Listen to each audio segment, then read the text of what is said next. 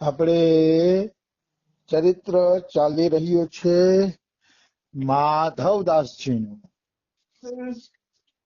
માધવદાસજીના ચરિત્રમાં આપણે જોયું કે સ્વયં લક્ષ્મીજી એને થાળ જમાડી જાય છે.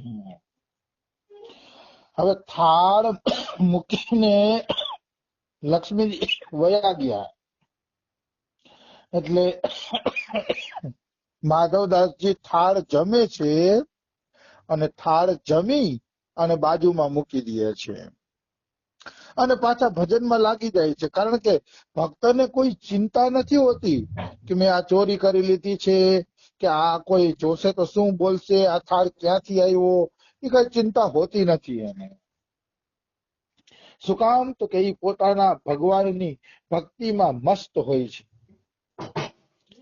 એટલે પછી એને કોઈ ચિંતા નથી હોતી.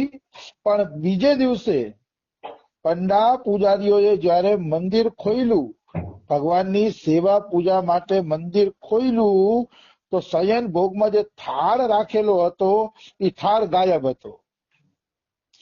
થાળ મળતો નહોતો અંદરથી એમ. તો થાળ નહોતો મળતો ને એટલે બધા પૂજારીઓને દુઃખ થયું કે રાત્રે તો ભગવાન પાસે થાળ મૂકેલો હતો તો અત્યારે ક્યાં ગયો. બધાએ નક્કી કર્યું કે ગોતો, થાળ જ્યાં હોય ત્યાંથી ગોતો, શોધો, ચોર ગમ્યા હશે ત્યાં મળી જશે. એટલે બધી ખોજ કરવામાં આવી. રાજાના સિપાહીઓ ઘરે ઘરે જઈને જુએ છે કે થાળ ક્યાં છે. થાળ માટે ખોજ ચાલુ થઈ ગઈ અને એ ખોજ રાજાના સિપાહીઓ કરે છે. તો ખોજ કરતા કરતા બધાય માધવદાસની કુટિયાએ આવ્યા. માધવદાસની કુટિયાએ આવ્યા ને તો માધવદાસની કુટિયામાં થાળ પડ્યો હતો. એટલે રાજાના સિપાહીઓએ તો જોયા જાણ્યા વગર માધવદાસને બાંધી લીધો, બાંધીને ચાબુકે માર્યા. જો ભાઈ આવી ભગવાનની લીલા છે. કોઈ એવું માનતા હોય કે ભગવાન કાયમી માટે થાળ જમાડી જાય, તો એવું નથી ભાઈ. થાળે જમાડી જાય ને ચાબુકના ફટકાય ખવડાવે. એનું કઈ નક્કી ન હોય કે કઈ લીલા કેવી રીતે કરશે. ઈ ધારે એવી લીલા કરે છે. એટલે કોઈએ એવું નહીં વિચારવાનું કે ભગવાન અમારે હારી લીલા જ કરશે અને હારી લીલા કરે એવી અપેક્ષા નહીં રાખવાની. એના કરતા એમ જ કહેવાનું કે ઈશ્વર તારી મરજી હોય એમ કર. હા, એટલો દાવો હું જરૂર કરી શકું કે ભગવાન આપણી યારે હારી નરસિંહ ગમે એ લીલા કરે પણ ઈ લીલામાં આપણું મંગલ જ કરે છે. ઈ ફાઇનલ, એમાં બે મત નથી. એમાં કદાચ કોઈ એમ કે આમાં બે મત કરવા જ છે તો ઈ આપણે સહમત થતા નથી. ભગવાન મારે તોય ભલે તારે તોય ભલે, બેયની અંદર ઈ જીવનું મંગલ જ કરે છે. કારણ કે ભગવાન ખુદ મંગલમય છે એટલે ભગવાન દ્વારા કોઈ અમંગલ કાર્ય થતું નથી. નિશ્ચિત કોઈ અમંગલ કાર્ય નથી થતું, એમાં કોઈ શંકા નથી. આવી વસ્તુ છે. એટલે આને ફટકા મરાવ્યા ચાબુકના. શું કામ? ભગવાન છે ને ભક્ત વત્સલતા દેખાડવા માંગતા હતા કે જુઓ તમે જેને ચાબુકના ફટકા માર્યા ને એ મેં મારા ઉપર સહન કરી લીધા છે. આ દેખાડવા માટે જ ભગવાને માધવદાસને ચાબુકના ફટકા ખવડાવ્યા. કારણ કે ચાબુક મારે તો ખબર પડે ને કે મેં આ ફટકા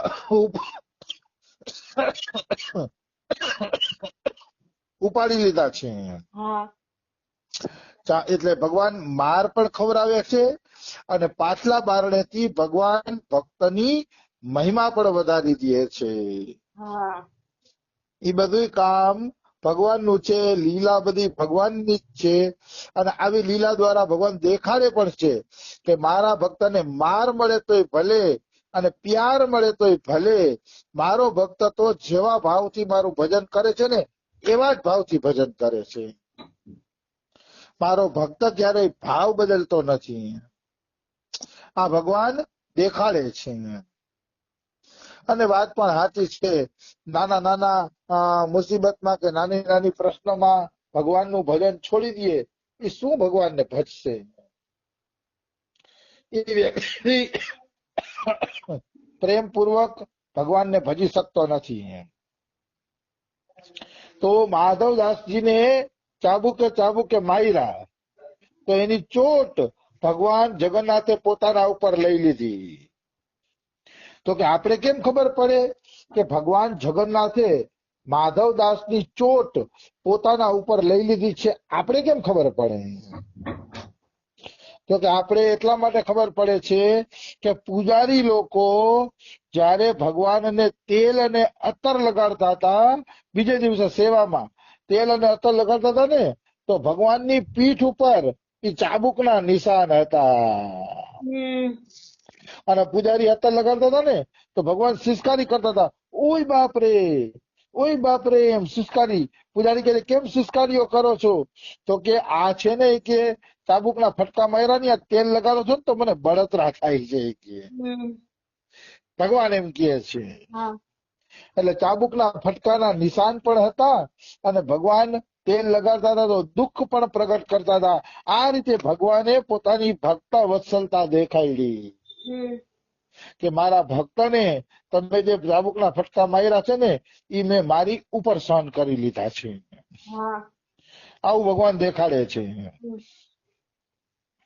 અને ભગવાને પૂજારીને કઈ પણ દીધું કે થાળ સ્વયં હું માધવદાસને દેવા ગયો હતો. એ થાળ સ્વયં હું માધવદાસને દેવા ગયો તો તમે કેમ વચ્ચે આવ્યા? કેમ તમે એને માર્યા? ભગવાન પક્ષ લે છે માધવદાસજીનો. ત્યારે પંડા પૂજારીને ખબર પડી ગઈ કે આપણાથી તો અપરાધ થઈ ગયો છે. એટલે ભગવાન જગન્નાથના અને માધવદાસજીના બેયના ચરણોમાં પડીને ક્ષમા યાચના કરી. બધા પૂજારી ને પંડા માધવદાસની ને જગન્નાથ ભગવાનની ક્ષમા માગે છે. અહીંયા ભગવાને દેખાડી દીધું કે જો માર ખવડાવ્યો તો અંતે બધા પંડા પૂજારીને મેં ઝુકાવી પણ દીધા. માર ખવડાવ્યો તો બધા પંડા પૂજારી છે એ ઝૂકી પણ ગયા છે. ભગવાનની લીલા છે, ક્યારેક વિરોધ કરાવે તો ક્યારેક બધાને ઝુકાવી દે. ખેલ તો બધા એના છે.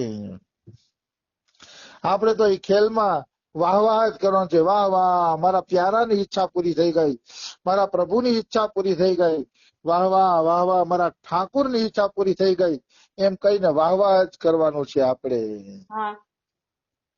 જે ભગવાનના વિધાનમાં ફરિયાદ કરે છે ને, સાચું કહું ને તો એ ભગવાનને પ્રેમ જ નથી કરી શકતો.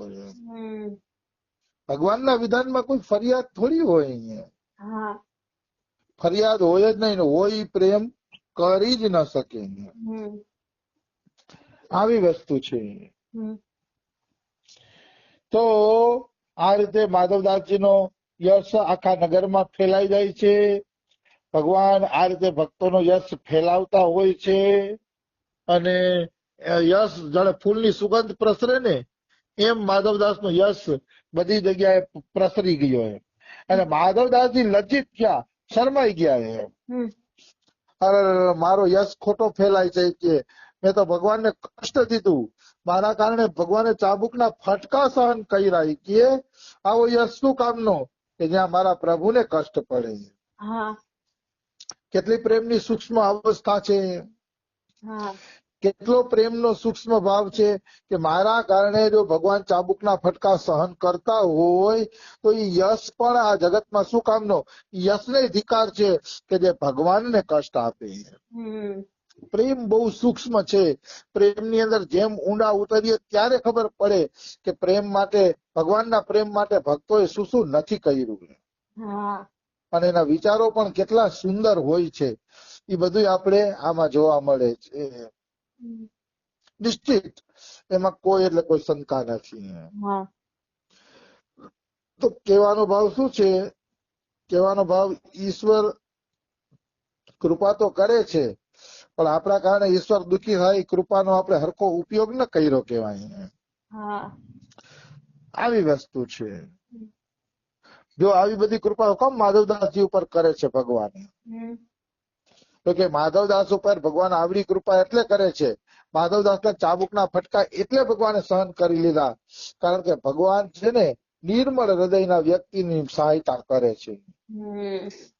5 પ્રકારની શુદ્ધિ કીધી: મન શુદ્ધિ, ક્રિયા શુદ્ધિ, ઇન્દ્રિય શુદ્ધિ, શરીર શુદ્ધિ અને છેલ્લે છે હૃદયની શુદ્ધિ.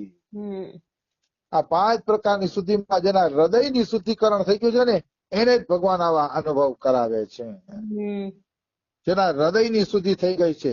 મનની શુદ્ધિ એટલે મનની અંદર હંમેશા પવિત્ર ભાવ આવે, કોઈ પ્રત્યે રાગ દ્વેષ ઈર્ષા અદેખાઈના ભાવ ન આવે, એને કહેવાય મનની શુદ્ધિ.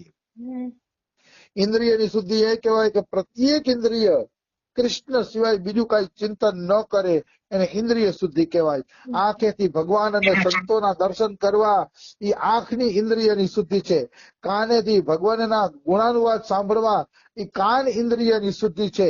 નાકેથી ભગવાનના ચરણ કમળની તુલસીની ગંધ લેવી એ નાકની શુદ્ધિ છે.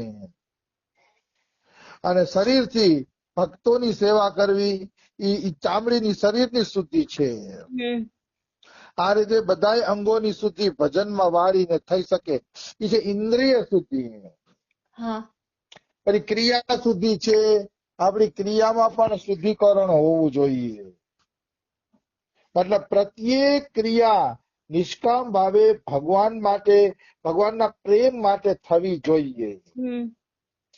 એને કીધું છે ક્રિયા શુદ્ધિ, કે પ્રત્યેક ઇન્દ્રિય ભગવાનની શુદ્ધિ તરફ વળે. આવી અનેક શુદ્ધિ છે. ભાવનાઓની શુદ્ધિ. છેલ્લી પર હૃદયની શુદ્ધિ કીધી.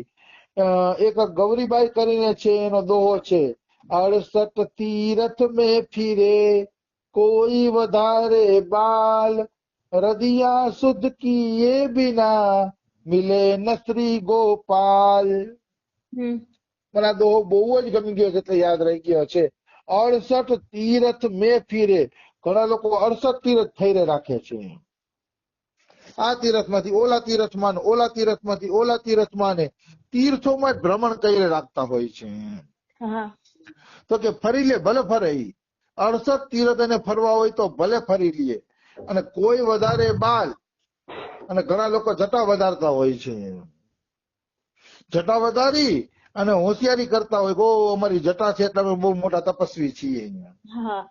જટા દેખાડે હો, વળી જટા દેખાડે કે આ જટા જો મોટી છે તો એમાં અમારી તપસ્યા છે. તો કોઈ જટા વધારે છે, પણ ગૌરીબાઈ એમ કે છે કે હૃદય શુદ્ધ કર્યા વગર કોઈને ભગવાન મળતા નથી. જ્યાં સુધી હૃદયનું શુદ્ધિકરણ ન થયું, હૃદય પવિત્ર ન થયું, ત્યાં સુધી કોઈને ઈશ્વર પ્રાપ્તિ થતી નથી. એટલે કે 68 તીરથ મેં ફીરે, કોઈ વધારે